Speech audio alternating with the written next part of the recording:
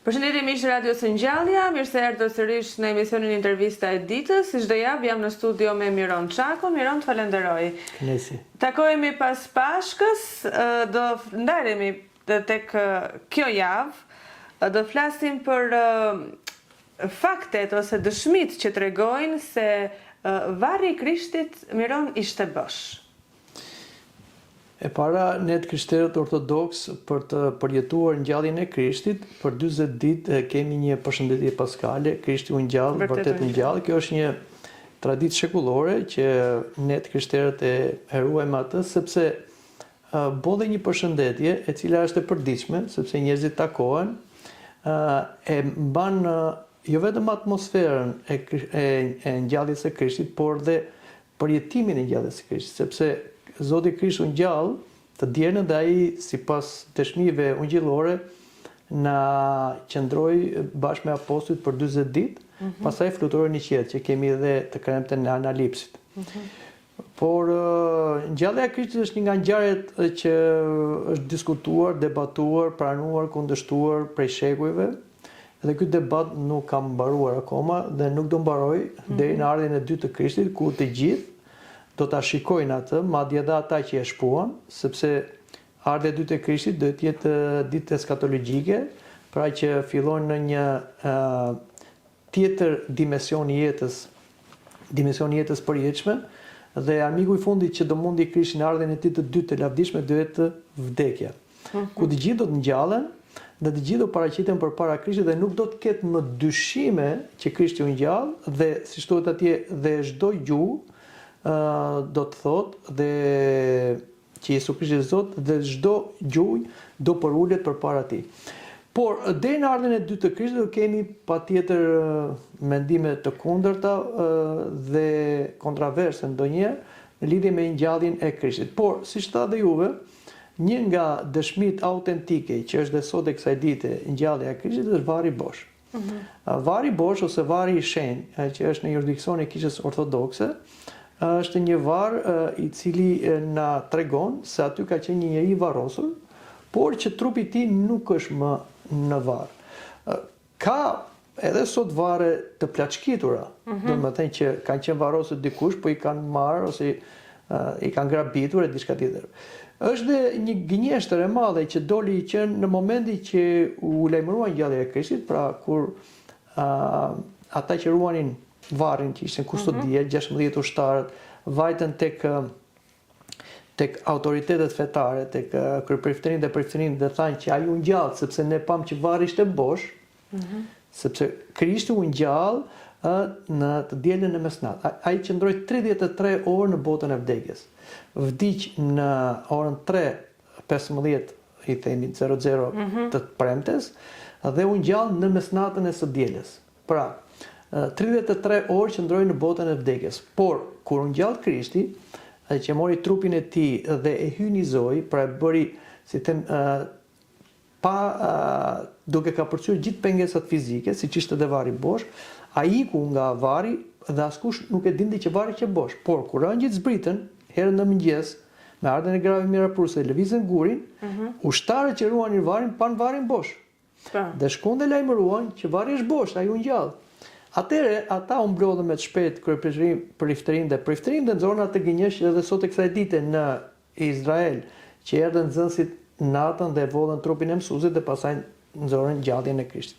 Por ky fakt bie poshtë sepse ishte e pamundur që disa nxënës frikacak që e lanë Krishtin në kryq, të bëheshin trima, dhe aq më tepër kur ai ishte i vdekur, dhe të merrin trupin e tij pa bërë zhurmë, duke ditur që trupi i Krishtit ruhej me 16 ushtar, kustodia, që ishte një rëndësi e jashtëzakonshme sepse ishte me vulën e Pilatit. Dhe nëse prekej ky objekt, atëre edhe personi që grabiste vritesh, po dhe ushtari që ruante dhe ai duhet kalonte në dënimin kapital, në vrasje. Kështu që ishte diçka e pamundur. Por ta zëm sigur i zuri gjumi, sepse thonë që i zuri gjumi ushtarë, që është e pamundur se ata kishin dresa 4x4.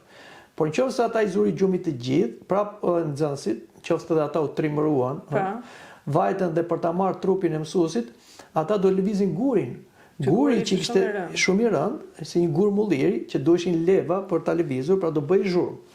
Ta zëmë dhe sikur prap nuk u bë zhurmë. Pra e morën trupin. Por shikojmë që te varri i Krishtit ishin qefini, që ishte mbuluar trupi i Krishtit, ishte dhe riza, që ishte vënë në fytyrën e Krishtit. Qefini ishte mënjan dhe riza ishte e mbështjellë. Pra, si mund të shkojnë dikush për të bjedhur një trup dhe të bëjë një veprim kaq të qetë që të mbështjellë rizën, atë që ishte si një shamin të fytyra, por edhe qefini, shikoj, kur e varrosën trupin e Krishtit, ishte Nikodemi dhe Josifi nga Arimathea. Nikodemi solli një vaj aromatik mirë me aloj 100 litra dhe Josifi e vendosin në varrin e vet, që kishte hapur trupin e Krishtit. Por ata e lyen këtë trupin e Krishtit me këtë lloj rëshire, ky vaj, që kur e vendosin qefini u ngjit në trup. Dhe ishte e pamundur që të shkulej, sepse kjo ishte metoda që balsamose një zakonisht mbretërit, se të varfrit nuk e bënin dot. Kishte kosto ajo. Kështu që si mund të shqyesh ose të shkulje qefini nga trupi. Kurse qefini ishte lënë aty si një lëvorë, si ato lëvorë nga të vezës, që kemi ne. Pra, edhe ky fakt bie poshtë, sepse janë bërë njerëzit, ka pas njerëz që kanë studiuar vërtet gjithë të ngjarje. Ka bënë ekspertizën, mjeko-ligjore ose policore, si mund të themi, si ta them se është hetuar, pra është garbitur një varr. Gjitha aludimet bien poshtë. Por, ta zëm se ndodhen gjitha këto. Pra e morën me shumë qetësi, ata kishin në gjumë vdekje ushtarët e tjerë. Pse do ta merrnin? Patjetër që dikush thotë që do ta merrnin që të bëheshin të pasur. Por çfarë pasurie morën ata? Se të gjithë ishin të varfër. Apostulli Petro dhe Johani, kur vajti takoi një ulok në tempull, ai kërkoi lek. Unë lek s'kam, the Apostulli Petro, po këtë që kanë po ta jap në emër të Krishtit të ngjallur. Që kemi mrekullinë që ka bërë në tempull Pietri dhe Johani mbas zgjatjes Krishtit tek uloku. Por e morën për të bërë famë. Çfarë famë e bën apostullit? Apostulli Pavli thotë ne bëm fshirat e botës, loj për njerëzit dhe për angjit. Dhe gjithë ata patën një vdekje të turpshme, pra me kryqëzim, me lapidim, me varje, me djegje, gjëra që ju bëheshin aty që ishin sklever dhe kriminalë, ordinerëve. Dhe këtë gjithë ata e pranuan se thanë Krishti u ngjall. Pra, dhe do bëni një fe, thonë dikush. Por apostujt nuk ishin njerëz sharlatan që ata tallishin me besimin. Apostujt ishin njerëz fetar që besonin në Perëndi. Si do bëni një fe të gënjeshtër ata dhe do thonin që Zoti ngjalli Krishtin, kur Krishti nuk ishte ngjallur. Pra, do bëni një fe të gënjeshtër dhe për këtë fe të gënjeshtër ata dhe do vriteshin. Kështu që dëshmia autentike e ngjalljes Krishtit është varri bosh, është dëshmia e apostujve deri në martirizimin e tyre. Kemi dëshminë e grave. Jo më kot është dëshmia e grave, sepse edhe këtu duhet ndalojmë pak. Në atë kohë gruaja nuk ishte të drejtë për dëshmitare. Sipas ligjit të Mojsiut duhet të ishin dëshmitar dy burra, ose më tepër, por një veprim ose një akt që të merrin gjykim. Gratë nuk ishin drejt vote ose dëshmie, pra ishin të nënvlerësuara. Atëre, jo më kot, ungjillorët përmendin gratë që ishin të parat që mësuan lajmin e ngjalljes së Krishtit nga angjëlli dhe i çuan tek apostujt. Dhe vetë Krishti çoi tek apostujt. Lajmëroni, si thënë nxënësit e mi, ose angjëllit i thanë lajmëroni apostujt që Krishti u ngjall, nuk është më në varr.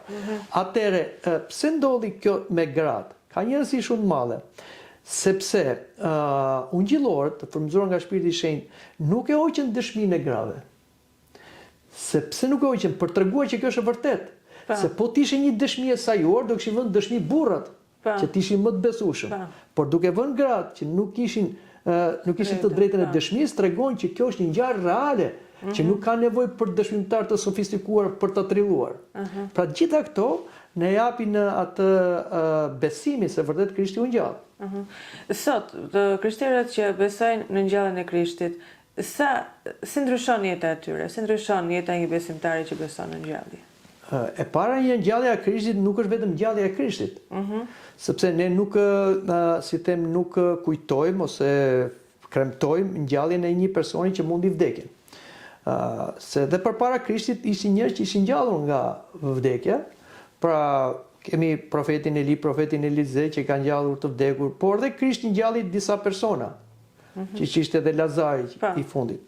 Por ngjallja e Krishtit është një ngjallje që është për gjithë njerëzimin, sepse Krishti është Adami i dytë, pra morja dënën ton, pa mëkat, sepse ai lindi pa farën e burrit, pra të Adamit, kështu që morja dënën ton nga Virgjëresha Mari, dhe këta dënën ton, pra këtë natyrën ton njerëzore, ai e përdori për shlyer mëkatet tona, sepse si Perëndis, si fjalë e Perëndis, ai nuk mund të vuante, por duke u bërë njeri, pranoi të vuaj vullnetarisht për shlyer mëkatet, sepse mëkati lahet me gjak. Dhe e mundi vdekjen në territorin e saj, në trupin e tij.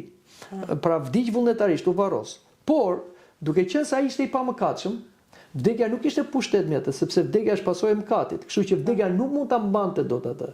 Prandaj dhe Krishti u ngjall vetë për së vdekursh, sepse është Zot dhe njeri bashkë, dhe ngjallja e Krishtit për së vdekursh është ngjallja e gjithë njerëzimit. Kështu që një njeri që beson në ngjalljen e Krishtit ndryshon jeta. E para, ai ka një koncept krejt ndryshe tashmë për vdekjen. Vdekja për ne është një zgjatësim i gjithë jetës, i gjithë përpjekjeve. Dhe ndonjëherë vdekja si fenomen që është i frikshëm, është i mistershëm, neve na i bën të pakuptim jetën. Pra që ti, si them, angazhohesh, harxhon energji, ndërton, po çfarë? Thon mbetet kujtimi. Po prap kjo nuk të ngop. Kujtimi, kur ti harohesh, ti nuk kujton asgjë. Por ngjallja e Krishtit na jep një tjetër dimension, vdekja që ka një kalim. Nuk është një, si them, një destinim absolut, por është një proces që neve presim ngjallje të vdekur. Kështu që merr kuptim jeta tani. Prandaj ne jetojmë me shpresën e ngjalljes së vdekurve, sepse nëse themi jemi të krishterë dhe nuk besojmë në ngjalljen e të vdekurve, atëherë as Krishti nuk është ngjallur, thotë apostulli Pavli. Nëse Krishti nuk është ngjallur, atëherë besimi është i kotë. Hajtë të hamë dhe të pimë se nese do vdesim. Pra, ne krishterë nuk jemi budallënj, besojmë në filozofira dhe teorira të shpikura, që të privojmë jetën tonë, ta kushtëzojmë jetën tonë, ta përmbajmë jetën tonë, të falim armikun, të durojmë pa drejtësi, edhe vdekje, por një teori boshe.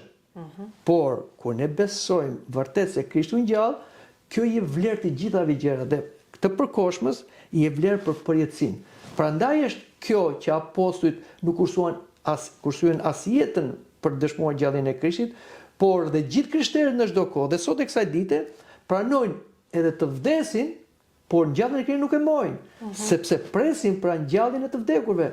Kjo pra e ndryshon gjithë jetën. Miron, kjo është një ngjarje historike apo një përjetim shpirtëror sot kur flasim? I ka të dyja brenda. E para është një ngjarje historike, sepse Krishti njihet jo vetëm nga dëshmitë biblike, dhe të ungjillorëve, por është edhe nga faktorë të tjerë historik që tregojnë për ngjalljen, për personin e Krishtit, për vdekjen, varrimin e Krishtit, por për ngjalljen nuk e thon të gjithë, sepse Krishti nuk u shfaq i ngjallur tek të gjithë. Por ama, përveç dëshmive biblike, ne kemi dëshmi të tjera që vjen nga kundërshtarët si them, e besimit me Krishtin e ngjallur.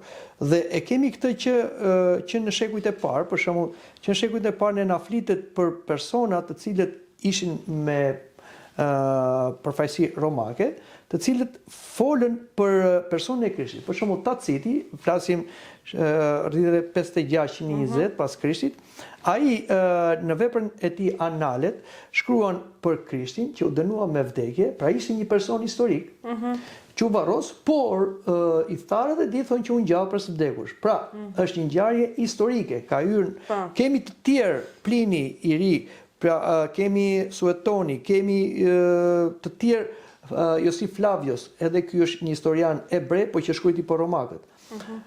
Të gjithë ta na tregojnë se vërtet kjo është një ngjarje historike, kryqëzimi i Krishtit.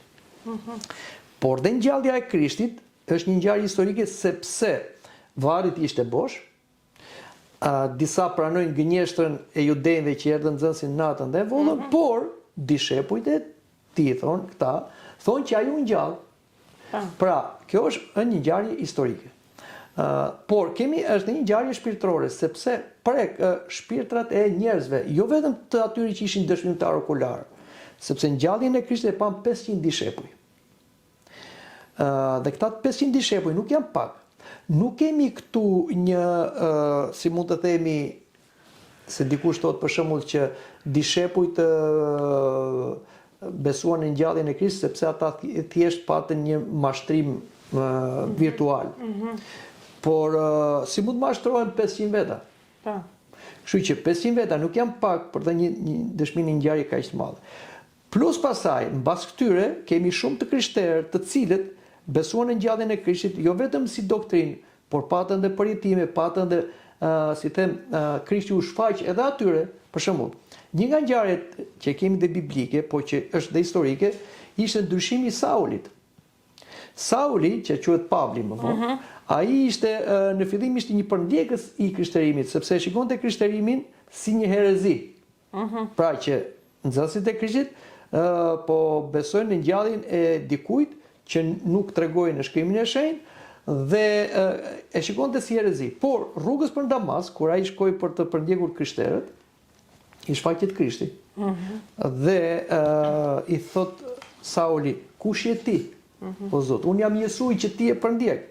Dhe që nga i moment, Sauli bëhet ai që dëshmoi Krishtin, jo vetëm te izraelitët, por në gjithë botën, bëhet apostulli i kombeve. Ndryshoi dhe mori emrin Pavli pasaj. Pra, edhe ndryshimi i Saulit në apostull të Krishtit, në Pavli, është një dëshmi që Krishti u shfaq i ngjallur, jo vetëm në këtë 500-tët, por dhe në shumë të tjerë gjatë historisë. Pra, këtu nuk kemi më një trill, ose një mashtrim, por kemi një realitet që edhe prek si them, jetët e njerëzve, shpirtat e njerëzve. Dhe diçka tjetër. Shumë njerëz për shembull thonë, pse Krishti nuk shfaqet i gjallë, që ta shohin të gjithë, dhe pastaj s'do kemi më dyshime. Nuk shfaqet i gjallë për ta parë gjithë, për arsye sepse ai na të lë të lirë të besojmë. Nëse ai do shfaqej, nuk do kishte më liri për ne për të zgjedhur. Sepse do ta shikonin dhe thotë, kjo gjallë. Por njeriu duhet besoj tek fjala. Dhe të logjika. Një fjalë që përputet me logjikën, siç ne diskutuam pak më përpara për ngjalljen e Krishtit, patjetër çon që kjo ngjarje ka ndodhur. Dhe e para Zoti nuk na shfaqet 100% se na lë të lirë, por na jep disa shfaqje, disa shenja logjike ose dëshmira që ne të besojmë. Pra, edhe kemi liri, por kemi edhe besim, sepse besimi është kushti i shpëtimit. Zoti ka lënë besimin që të shpëtojmë ne. Nuk na ka lënë drejtësinë, sepse me drejtësinë nuk shpëtojmë dot. Po duke na lënë besimin, atë na jep mundësi shpëtimi. Kur të vijë Krishti për të dytë, që duhet i dukshëm për të gjithë, nuk do ketë më besim, po do ketë gjykim. Sepse njerëzit do ta shohin e thonë, ky që nga vërtet i gjallë, por ne nuk kemi besuar. Pse s'keni besuar ju argumentat i kishit? Fjala ju dha, dëshmia ju dha, logjikën pse se vun punë, atë do gjykohen. Kështu që ngjallja e Krishtit është një ngjarje që prek shpirtat e njerëzve dhe transformon. Do t'rregoj një histori të bukur që ishte në kohën e ateizëm komunizmit në Rusi, dhe në atë kohë shumë propagandë u bë nga sovjetët që të eklipsonin ngjalljen e Krishtit. Edhe ishte mesnata e Pashkës dhe erdhi dikush nga këta ateistët, bëri një propagandë në një fshat duke thënë që kjo është një tridhe, Krishti nuk u ngjalli, këto ngjallën të vdekurit, çfarë besoni gjëra të tjera, dhe shkoi deri në mesnatë, deri në orën 12. Edhe u lodhe ky tani duke bërë argumente, ata gjithë fshatarët rinin nuk flisnin. Më në fund i tha, çfarë keni për të thënë? Ky. Edhe ngrej një fshatar, themu një diçka tha. Po mirë thuaj tha shumë, me mendimin se i bindi. Fshatari doli përpara atyre në atë podium e tha, Krishti u ngjall. Gjithë një orë tha vërtet u ngjall. Pra, sado propagandë që është bërë, ata që besojnë Krishtin ngjall, edhe pse nuk e kanë parë të gjallë, prap e kanë në zemër dhe e thonë. Kjo është arsyeja për shembull që shikon ti përpashk se sa njerëz mblidhen. Edhe pse ata nuk e njohin mirë doktrinën, ose ata nuk bëjnë një jetë kishtare. Prap, ngjallja e Krishtit i prek ata, sepse ne nuk e duam vdekjen. Nga që nuk e duam vdekjen, ne duam një aleat kundër vdekjes. Dhe ky aleat kundër vdekjes është Krishti. Prandaj kjo i prek njerëzit në mënyrë shpirtërore, edhe pse nuk logjikojnë. Por nuk do mjafton vetëm kjo ndjesia, vetëm një ditë duhet të jesh i bashkuar me Krishtin e ngjallur. Edhe në qoftë se kjo dyshime, siç kishte edhe Thomai, Çfarë na mëson ngjarja me Thomain për njerëzit që janë dyshues? po, Zoti nuk na dënon pse jemi dyshues, sepse e di natyrën tonë racionale që ne duhem të shohim, duhem të prekim, duhet të ekzaminojmë, dhe e pranojmë këtë dobësi. Se ne, si them, jemi si të verbër në një realitet shpirtëror. Dhe kemi nevojë për dëshmi. Por Thomai nuk ishte një dyshim të keq. Pra këtë nuk e bënte nga egoizmi i smur. Ai deshte fakte reale se si apostujt arritën edhe e pan mësuesin e ngjallur, po ai pse mos ta shikonte? Pse mos kishte një takim personal me Zotin? Domethënë është kërkimi të takohesh me Zotin. Dhe këtu nuk është gabim. Prandaj dhe neve, edhe pse marrim një doktrinë nga kisha, pse katekizohemi, ne duhet një takim personal me Zotin nëpërmjet lutjes, nëpërmjet mistereve, sepse ndryshe pastaj ai bëhet diçka e huaj, jashtë teje. Dhe kur Zoti i tha Thomait, eja Thoma më prek, vëri gishtin në shenjat e peronave, goshdave në duar dhe në brinj, kur Thomai e prekur realisht, e lejoi Zotit të prekte trupin e lavdëruar të Krishtit, që nuk mund ta prekte më në natyrë njerëzore sepse ishte një tjetër dimension, por Zoti e lejoi, Thomai na dha një argument tjetër që nuk është fantazëm, por është mish, kocka dhe ka shenjat e mundimeve që të dashurisë së Krishtit dhe tha Zoti im dhe Perëndia im, tregoi që nuk është thjesht njeri që u ngjall, por është Zoti njeri, por Zoti i tha, Thoma, ti besove se mpe, të lumur janë ata që do besojnë pa mparë, që do të thotë, njeriu duhet të besojë te fjala. Krishti u ngjall, te dëshmia apostolike, ungjillore, dhe te logjika. Duhet vendos logjikën punë. Nëse ne bëjmë këtë, patjetër që ne do shkojmë te Krishti i ngjallur, që duhet një realitet i prekshëm edhe pse ti nuk e shikon fizikisht. Miron, a e ndjejmë neve kur jemi larguar nga Zoti? Kemi një lloj boshllëku brenda nesh? Patjetër, Shën Agustini, që është edhe kryeprift, teolog, por dhe filozof, thoshte zemra e njeriu kur nuk do gjej paqe derisa ajo të mbushet me Zotin. Nëse neve zemrën tonë ose qendrën e zemrës sonë që i takon Perëndis, dashurisë për Perëndin, pastaj ka dhe pjesë të tjera anekse, mund të themi, dashuri për të afërmin dhe gjithçka që njeriu i duhet, atëherë ka një boshlik njeriu, ka një zbrastësi. Dhe këtu është problemi se nëse ne nuk do ta mbushim me Zotin, që do t'i themi Zot eja në zemrën time, ose ta lejojmë Zotin të vinë në zemrën tonë, ne kur nuk do jemi të qetë. Kur nuk do të jemi të përmbushur, kur nuk do të jemi të lumtur. Kjo është arsyeja që edhe njerëzit që janë pa Zotin, Zotin kërkojnë kur kërkojnë alternativa tjera për t'u gëzuar, për t'u lumturuar, për t'u përmbushur. Ata Zotin kërkojnë, sepse zemra është bosh, por e kërkojnë në mënyrë të gabuar, ose krijojnë zota të rrem, që prap janë në boshlik. Prandaj është shumë e saktë, si them ai çfarë thotë Zoti. Unë jam rruga, unë jam e vërteta, unë jam jeta. Pra dhe askush nuk shkon te Ati vetëm me anën time. Kështu që Krishti është ai që të përmbush, sepse Krishti e bëri Zotin njeri në veten e vet dhe bëri të prekshëm, e bëri të dukshëm. Dhe ai, si them tani, është një person real, nuk është një mit, që në qoftë se ne do të dëshirojmë të atakojmë, siç dëshiroi dhe Thomai, ai do na shfaqet. Dhe shfaqet në format e tij, nuk mund të themi që shfaqet vetëm në këtë formë. Zoti zgjedh sa miliard njerëz janë tokë, aq miliard forma zgjedh për t'u shfaqur njëri, për ta bindur që ai është i gjallë. Por çështja është, a interesohemi neve dhe në dyshimet tona, si Thomai, të atakojmë Krishtin e ngjallur? Do të thënë që nëse neve e kërkojmë vazhdimisht, sigurisht që do edhe përpiqemi. Patjetër, sepse dhe duhet dim që nuk jemi ne që kërkojmë, është Zoti që na kërkon ne. Por Zoti nuk rreget me njeriu. Zoti ai thot për veten e vet, unë jam drita e botës që ndriçoj çdo njeri që vjen në këtë botë. Çdo njeri që vjen në këtë botë ka një mundësi ta njohë Zotin në formën që ai shfaqet. Çështja është, a të mundësi e ke marrë seriozisht në jetë, apo e ke hedhur tude si diçka të parancishme? A duket sikur ne njerëzit po refuzojmë gjithnjë më shumë të njohim të vërtetën Miron? Po, sepse neve kërkojmë ta mbushim boshlikun e zemrës sonë me unin ton, egoizmi. Egoizmi është një smundje e keqe, mëkatare, që vjen nga Eusori, nga djalli, i cili ra nga parajsa nga uni. Ai injektoi këtë edhe te çifti para Adami dhe Eva dhe injekton edhe te neve. Por sot është rritur amplituda e egoizmit për shkak të mirëqenies, pavarësisë që njerëzit kanë arritur, duke menduar se Zoti sot është një aksesor, nuk është i qëndësishëm, i domosdoshëm, dhe atëre ata e shikojnë Zotin si një periferi. Por edhe ky brez, si dhe brezat tjerë që kanë kaluar, do ta kuptoj se pa Zotin nuk mund të jetohet. Krishti thot një fjalë, nëse ju nuk besoni se unë jam Zoti, ju do vdisni në mëkatet tuaja. Dhe pa mua thot nuk bëni dot asgjë. Kështu që një qytetërim i sotëm që mendon se ka arritur majat e teknologjisë, e mirëqenies, e një kull Babeli, mund të themi, do të dështoj, siç kanë dështuar dhe tjerët, dhe do vi dita që do ta kërkojmë Zotin. Por e keqja është se do ta kërkojmë Zotin mbase të jemi të shkundur shumë për të shliruar nga egoizmi.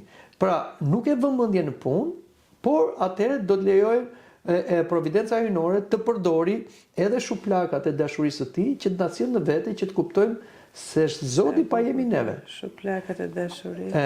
Që është si një qortim i prindit për fëmijën kur nuk kupton. Jo se ai nuk na do, por ai nga se na do ai merret me neve, edhe përdor edhe atë qortimin, ose si thon edhe etrit, sëmundja është metoda e fundit që Zoti jep një shpirti që nuk pendohet.